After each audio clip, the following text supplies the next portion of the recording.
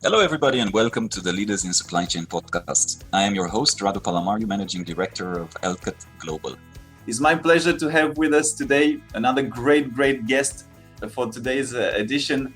Bruno is one of my favorite people, really. Bruno Sidler. So he's a long-standing veteran of the logistics industry, one of my favorite characters in the industry, somebody that I've learned a lot from over time. He's had a long career over the years. He worked for many years for Panalpina, where he also served as a CEO for close to 8 years. Subsequently, he served across a few executive roles in CEVA and then as a global COO, Chief Operations Officer for DKSH. Currently, he's involved as the Chief Operations Officer of Lonrho, which is a privately owned investment company focusing on food and beverage production in sub-Saharan Africa, as well as he sits on the boards of a few logistics-related companies, including Global Logistics, Bertschi Group, E2Log, as well as Global Airlift Solutions. So Bruno, without further ado, great to have you and awesome that you made the time to be with us today. Thank you, Rado. It's my pleasure. I'm always wondering why people like you would invite me to talk about logistics, but here I am and happy to talk.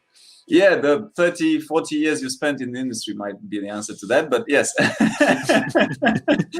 And so, Bruno, maybe let's start first and foremost with tell us a little bit about, personal journey, right? Personal story.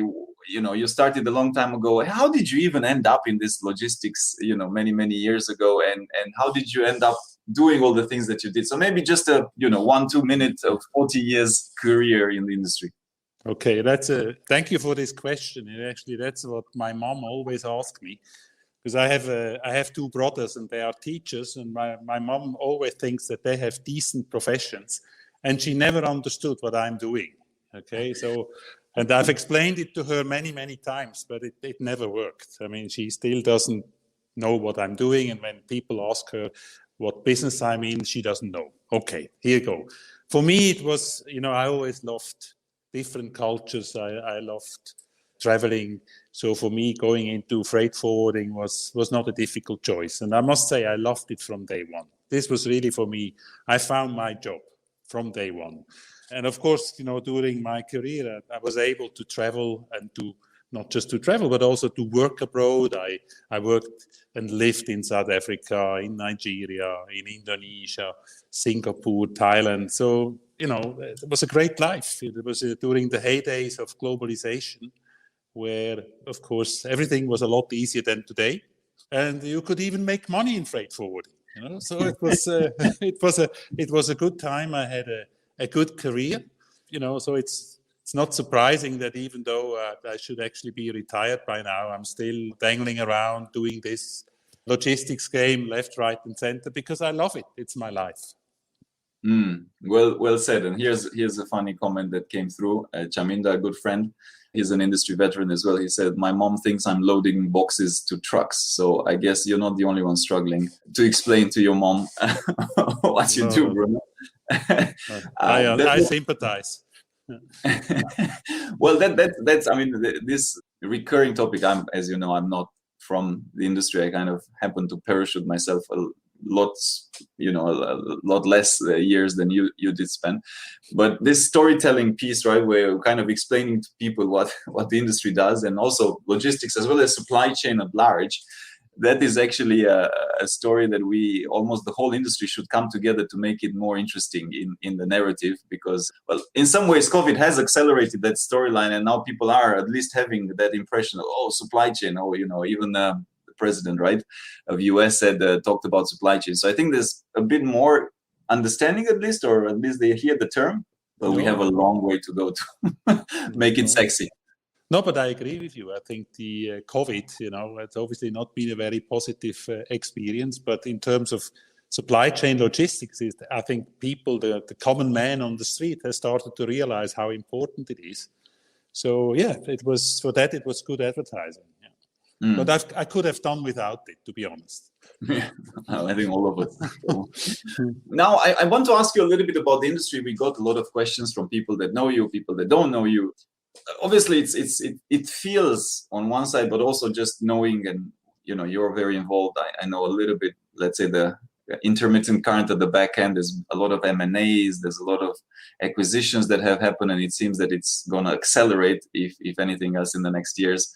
Specifically, how do you see the next couple of years? So one, from an M&A and consolidation perspective, I guess. Two, okay, let me stop there. From an M&A and consolidation, then I ask you the second part. Okay. I mean, the consolidation in the industry has been going on for a while, but it has certainly, sort of increased in speed as we speak. And out of this came the idea, especially I think the shipping lines are in the forefront of this. Hey, how about creating a one-stop shop type of enterprise where, we don't have an issue anymore with customers having multiple service providers, but they can get everything from us. The idea is not new.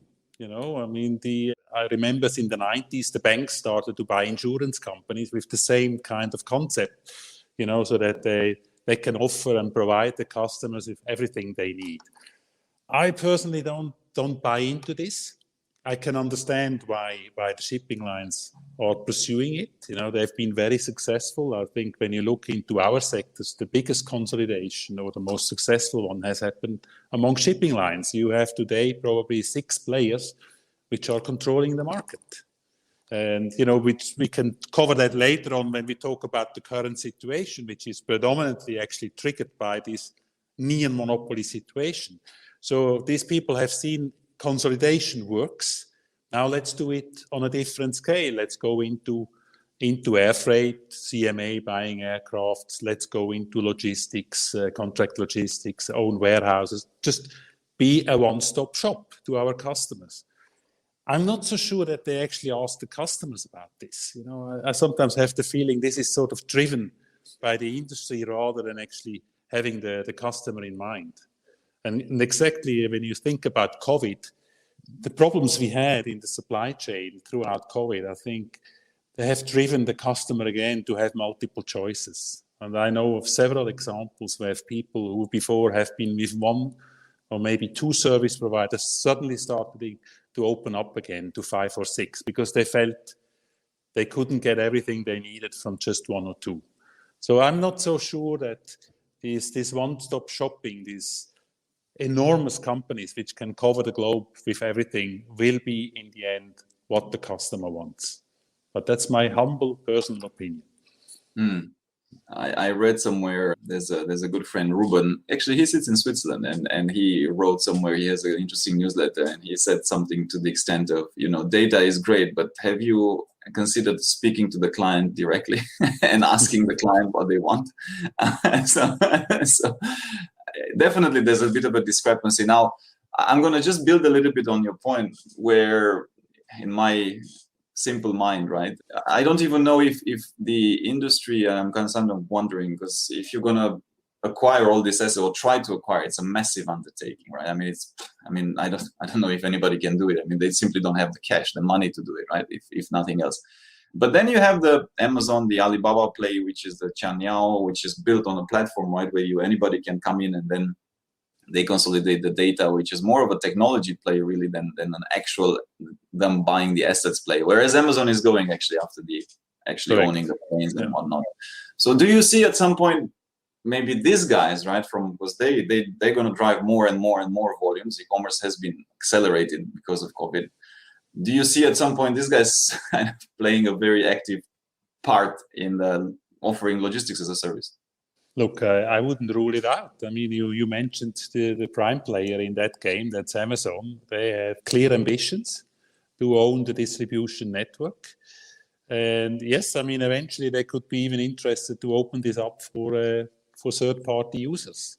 I mean, they're also big when you think about the cloud services of Amazon. It's huge. And so they have experience on, running networks open for third parties. So I wouldn't rule it out. And I think the industry is very aware of that threat because Amazon would have the volumes, no doubt, and the cash to really become a big player.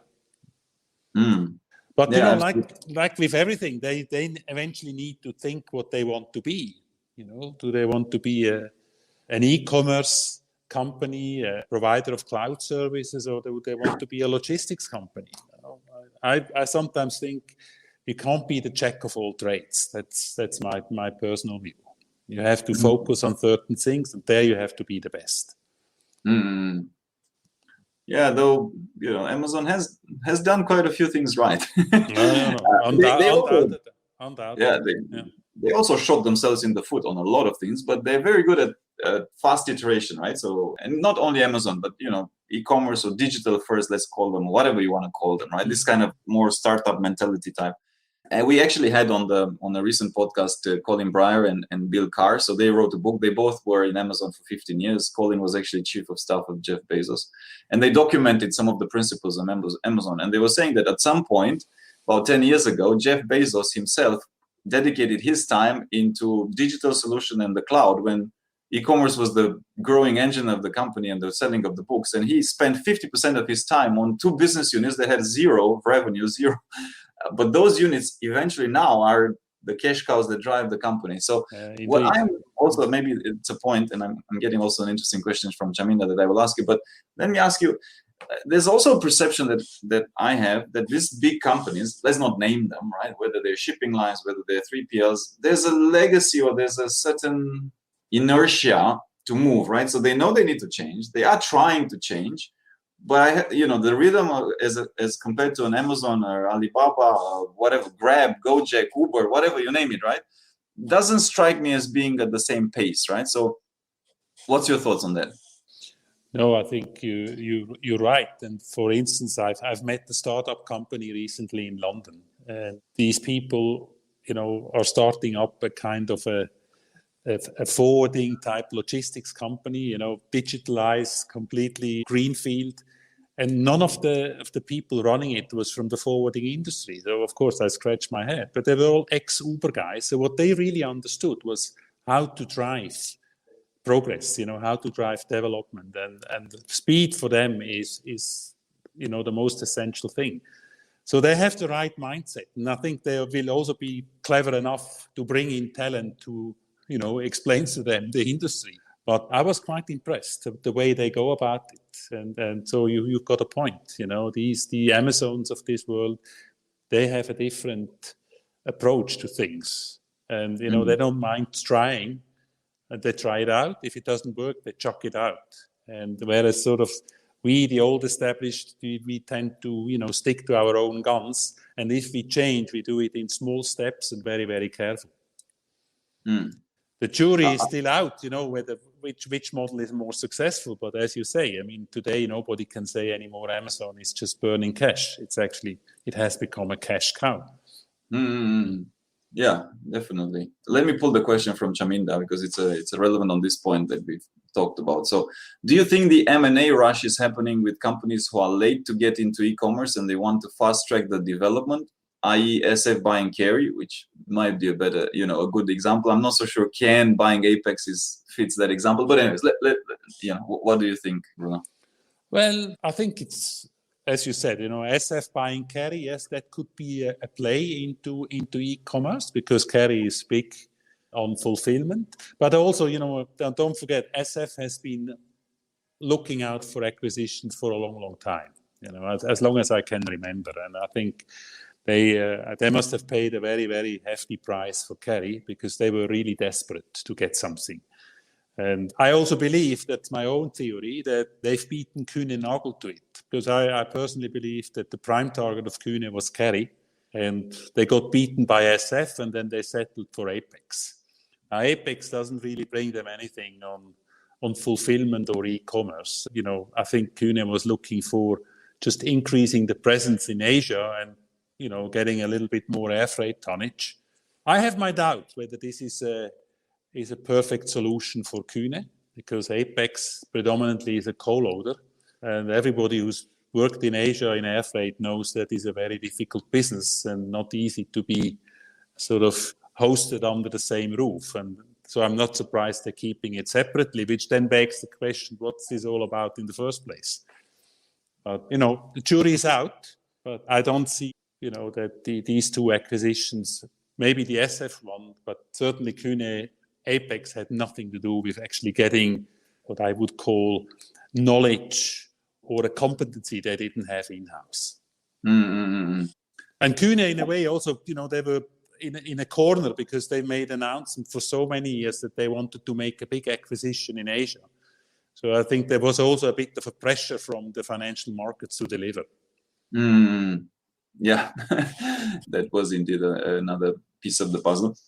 I wanted to. We got a question from Matthew that I'll put out. Slightly different topic, but what will it take for companies to put sustainability ahead of rates in the procurement process? This is, as you know, very hot on the back of a lot of the Fortune 500 companies creating more and more aggressive sustainability goals, carbon neutral goals. I actually know specifically, we had a conversation with a shipping line that is very aggressive on that. There's 3PLs that have criteria from their clients to hit certain things. So what's your take on this? Well, I think we all know what has been the problem so far is that, everybody talks about sustainability, about, company going green, very appealing. I think everybody buys into that, but very often sustainability or going green came with an additional cost, which nobody wanted to pay. And that's where the problem became a little bit difficult. You had a customer who said, oh, this is absolutely fantastic. If you're using this efficient fuel, which, doesn't create as much CO2 as others. But then if you told the same customers, yes, but then, your box rate will go up by $500, he didn't think that was good enough. So I think that the issue about sustainability is always to find a way that it doesn't cost more money. And I think there are solutions around this, but it's obviously very, very difficult. And I'm not surprised that sort of the forefront of this initiative is from Scandinavian companies, because I've Scandinavian customers were already talking about sustainability 20 years ago. So the mindset has been always very much around in Scandinavia. And you even had customers there who were actually indeed prepared to pay a couple of more cents to have a sustainable solution. But ultimately, I think it has to be sustainable, but it also has to be cost effective. I don't think we can become sustainable if it's more expensive. I think there we will have a very steep battle to fight. I think there was Soren Skau came out and said something to the extent that I didn't read sometimes I'm ADHD, so I don't read the full thing, but I think he said something around 8 cents per pair of shoes or something. So that, and in his statement, it was that the consumer ultimately has to bear that cost, right? And would you pay 8 cents more for a pair of shoes? I think that was kind of the gist of it. Maybe I'm getting it wrong. Sorry if I am, but yeah, somebody's got to foot the bill. It feels a little bit, I mean, I'm coming from a generation, my daughter, comes out from school and thinks about recycling, and it's a great thing. And then she's very careful. And I think more and more the young generation is not even the young. I don't know how to define young anymore, right? Whatever, but it's very important. This becomes very important. And to the point where we are willing as consumers more and more to pay for it, depending on, obviously, is it a developed economy or is it a developing? Because in a developing, probably less. Yeah, no, you're right. I think there is definitely a trend, and the young generation is obviously the one driving it. They're prepared also to make sacrifices, and that's important too. It's not always about that it costs more. Sometimes maybe you also have to consume less or to be more conscious of what kind of a footprint you leave behind. But at the same time, and you touched upon it, there's obviously a big difference between the first world and the second and the third world. When you make $2 a day, sustainability is not at the forefront of your problems. It's about how can I fill my stomach and how can I get a roof over my head.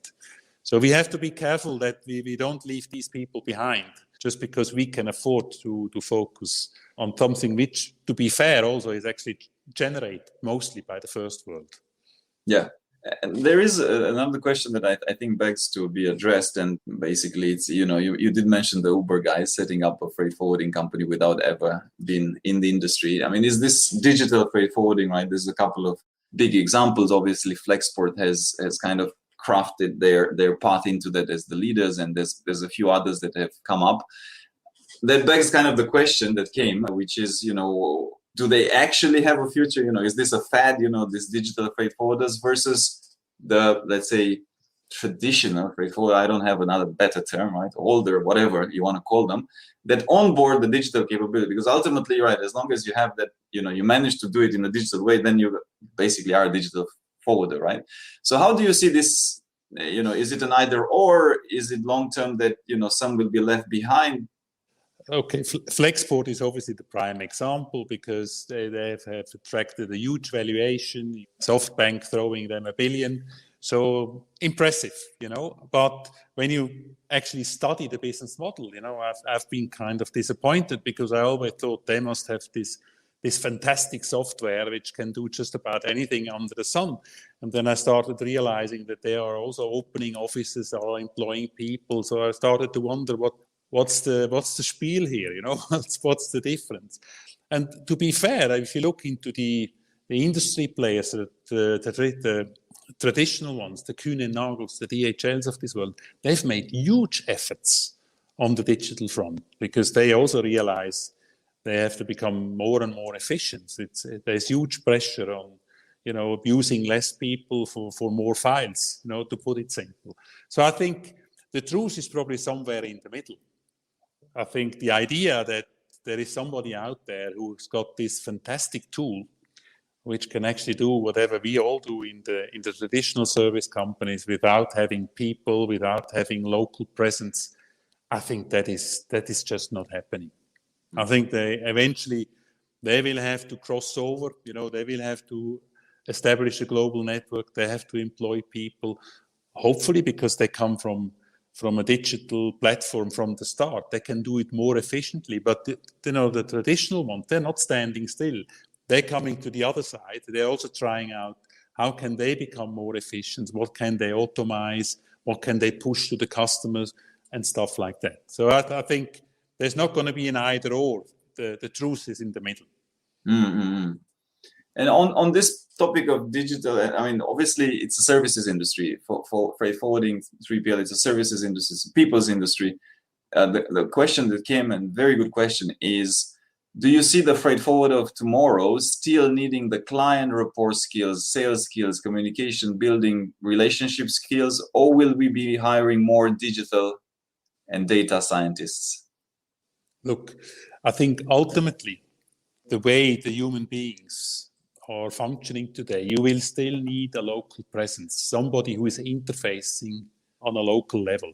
Maybe in the local branch, you don't need all the things you have today. I think it will be reduced to customer service and sales. But that I just cannot see that you can do away with that. Until maybe there's one day a generation who feels comfortable interacting with machines or interacting with a central office somewhere like what you have today with the call centers. Maybe that's happening, but I don't see it. I think people still want to talk to somebody who is from their neighborhood, who knows the lay of the land, who is familiar with themselves, with their products and so on.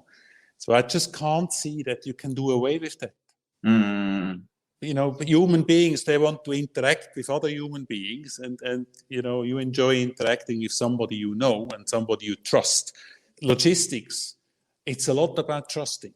Okay, but why do you give somebody your shipments? Because you trust that this person can do the job, can deliver, and that I don't think you can ever replace. But who knows? Maybe we see the rise of a new generation of people who feels extremely comfortable with electronic tools, with interfacing even maybe one day with robots and machines.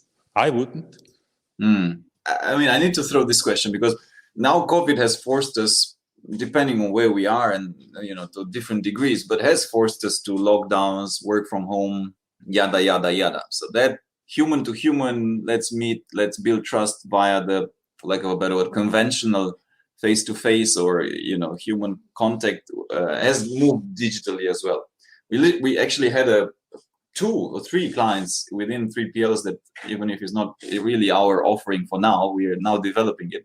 They asked us, how do we sell online, Radu? How do we do the storytelling piece? Because now, I mean, clients, you don't just go to their office or you go and have a beer, or you can't, like literally you can't. So what do? You just hope for COVID to pass and then you start selling again. You cannot do that, right? So yeah, I agree. It's also the sales and the building of relationship has moved or is transitioning somehow to this digital front. how, I mean, I guess I'll stop here. That's just my observation. Maybe you tell me also what you observe. Well, I think, at the moment we're still living on credit. I obviously also don't have a problem running my businesses through video conferences, but I'm dealing with people I know already. Okay, so to be fair, I've made some interactions with people I don't know, but that has been more transactional. It's not been on a sales job. I guess it's also possible to build up a relationship when you talk to somebody frequently over a video conference. But is it really the same? I don't know. But I think we all have been surprised how easy it has become. But I often think we're living on credit. Also with my people, I can feel now it's starting to be strained. After talking over video and telephone over 1 year, I think we're all yearning for that personal contact again, to really feel the people. How are they really? Not just the face you see on the screen. And I think there is a time limit on how long you can do this before things start to break. Yeah, most likely they've already, we're likely to see a pretty significant mental health pandemic. It's already kind of happening. Absolutely. We are social animals at the end of the day, social beings, not animals, social beings. So yeah, that fine line, we'll see how it it plays out in the long term. I just want to also ask you a little bit on this piece of customer centricity, right? So again, back to Amazon, the whole philosophy is customer first. You mentioned that, a lot of these companies forget the customer. The bigger they are, the further away. I mean, I know, you probably know, you've been a CEO as well. I know C-level executives that have not met clients for years, which is damn dangerous, right? I mean, it's like so stupid. So how do you know? So I guess how do you maintain and you have this 100 years old, 50 years old, 30 years old, whatever it is, right? Companies that after a while they become successful in their own way, but then it becomes an entanglement of internal politics and fights and building their own kingdoms and whatever it is. So I'm curious, if you've lived in these corporate environments, are there some ways in which to avoid it? Or are there some principles that you found more successful to make sure that you don't forget who's paying your bills, which is your client, and you always remember to ask the client what they need? Well, I think you said it, and at least that's how I was running Panalpina. I saw customers every week. For me, that was also, leading by example, to show my people it's important to meet customers. And I got tremendous help from meeting customers. You get a very clear feedback whether what you think is a good idea actually works for your customers, or whether you're just doing something where you think it's great, or you build up, central overheads because you think, we need somebody doing that, we need somebody doing this. And at the end, nobody asks the question, but what does it deliver to the customer? So all I can say is a C-level executive who doesn't meet customer is just stupid. That's, first of all, he set a great example. Secondly, I think the customer appreciates very much to talk to a C-level executives, and you get great feedback free of charge, which is going to make you and your company better. So to me, that was always something I couldn't understand, that C-level executives or any executive wouldn't go and meet customers. It's a must. Yeah. We're getting, Sushil is asking, so he's a fervent listener, so I'll summarize because he asked two questions, but if I can summarize a little bit, is more or less, his question is, what do you see as the technologies or the trends that will make the most impact in the industry? So I'll throw some buzzwords at you: AI, machine learning, data, blockchain, whatever, put it in that category. So what will make the most impact? And I will ask which of these buzzwords, just as a challenge to you, you think is too much spoken about and will have zero to limited impact?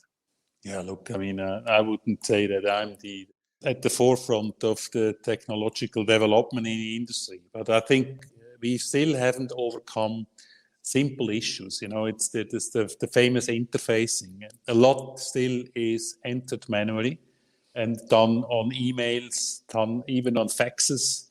I think, we have scratched the surface. Some are better than others, but by and large, this industry is still driven to a large extent intervention, and that has to stop. And the tools are there, but of course it needs great discipline, because you have to do all this stuff which is not sexy at all, cleaning out your master data, standardize your processes. And when I say standardize your processes, I mean the back office ones. I don't mean don't standardize your sales and your customer service processes. They have to remain pretty individual, But there, of course, you have a conflict as well. On the one hand, you want this super efficient machine, doing as many shipments per person as possible. So on the other hand, you want to allow your customers to really pick and choose whatever suits him the best. And that of course, is not always possible. And that's where sometimes the big boys have a problem, because they don't want to have too much customization from the customer side. And, again, the customer wants to have a certain service, and then he doesn't care about the service provider standards. Okay, but I think there's still a lot of room to do in terms of automating very simple processes, interfacing between shipping lines, forwarders, warehouses, truckers. Everybody talks about it, but only a few have really mastered it. I probably think the most advanced are still, and they were already 20 years ago, were the integrators. But of course, we know the integrators limit themselves to a certain size of parcels. So that's not an answer for everything. But at least I think they are very advanced when it comes to automatization.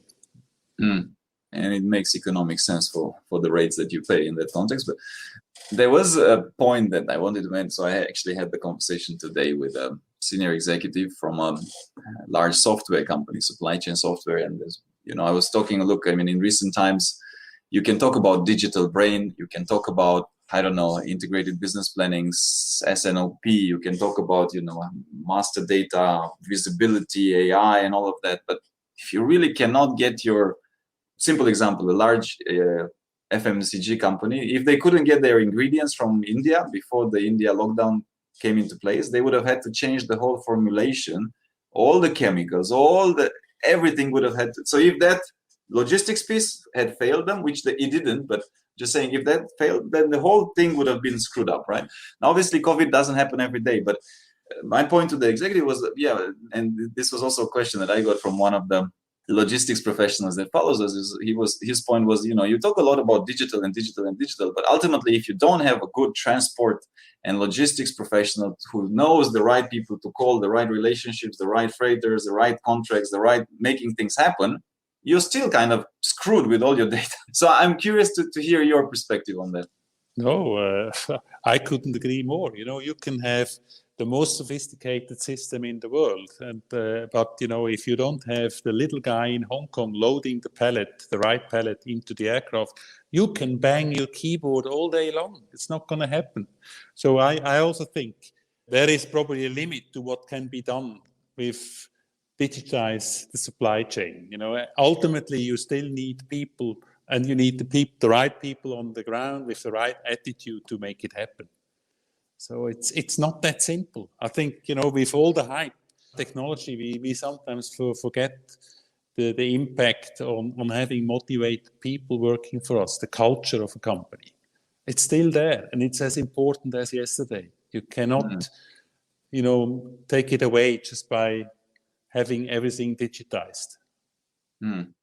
On the people front, a question that came through is, many years, you've obviously been an executive for many, many years. Any secret sauce, secret advice, maybe not secret, but any advice in terms of getting teams working together well, getting senior execs coming together as a team and not fighting with each other, I guess, some leadership tips and tricks? Well, I can ask another question. Can you learn to be a leader? I don't think so. I think it starts with your upbringing.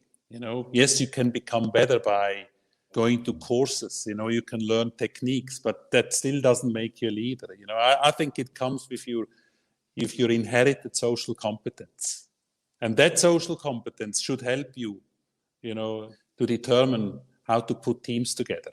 You will know your people. This one has this strength and this weakness. Those two don't see eye to eye. Don't put them into the same team. But I think it has to come naturally. I just don't think you can learn it. You can enhance it. Obviously, experience, if you've been a leader for many, many, many years, you can try out a lot of things and you know what works, what doesn't work. But I think the base ingredient, the social competence that you've inherited from your parents at a very early stage, it probably happens in the first 10 years of your life.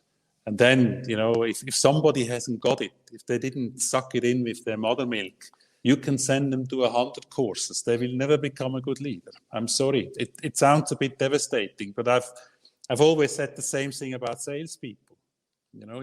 Somebody who doesn't know how to sell, you can send him to dozens of courses. He will still not be able to convince a customer to buy from him. He knows all the techniques in the world, but he just doesn't have the personality. He doesn't know how to react in different situations. For me, social competence, so social intelligence, is the key ingredient for a successful leader.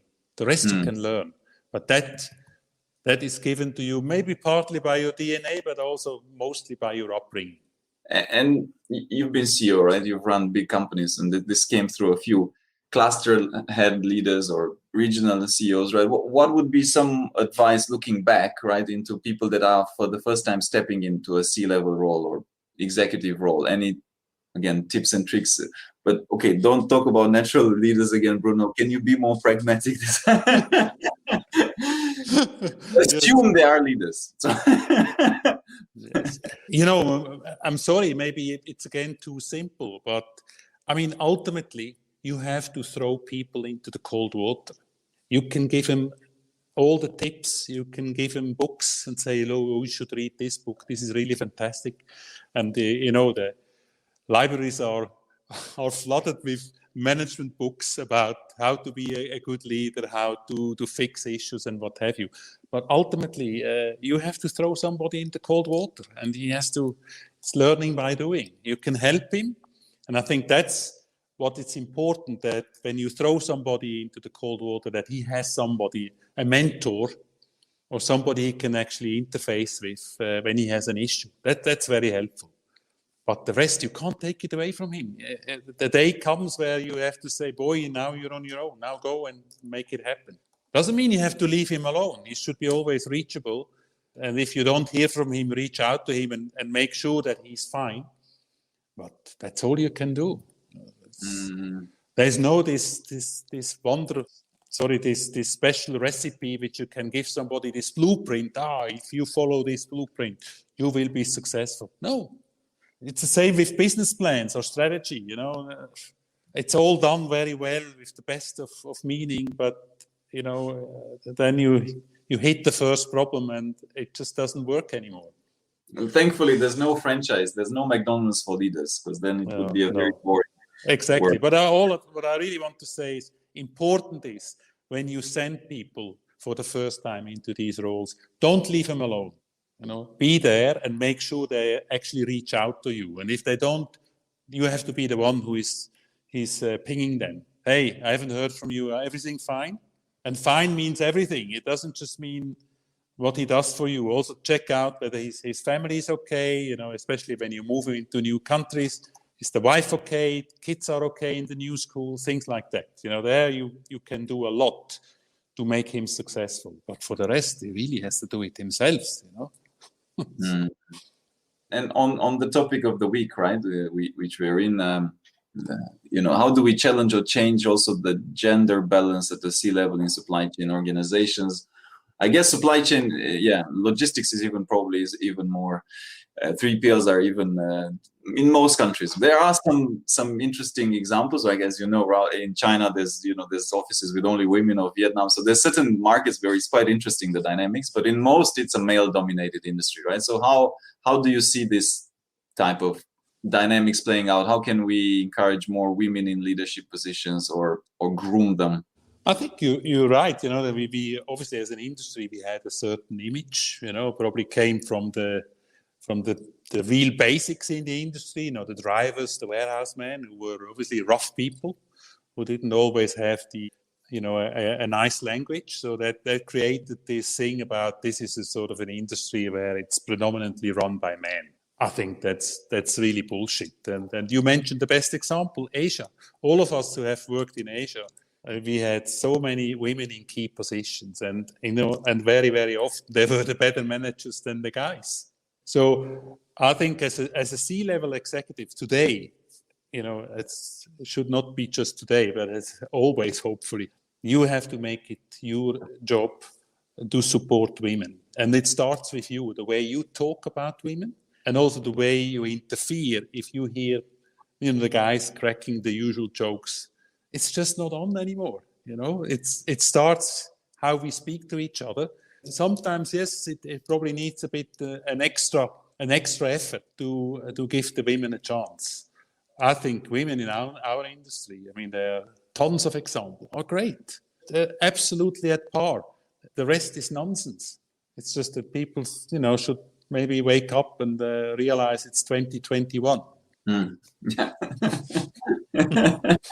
that's a very useful advice. Yeah, and common sense is not that common, so it's all in the spirit. Yeah, and we were this macho industry, let's face it, and we celebrated it. Well, we are the tough guys. That's over. And there's definitely some toughness is not a gender. It's not a gender.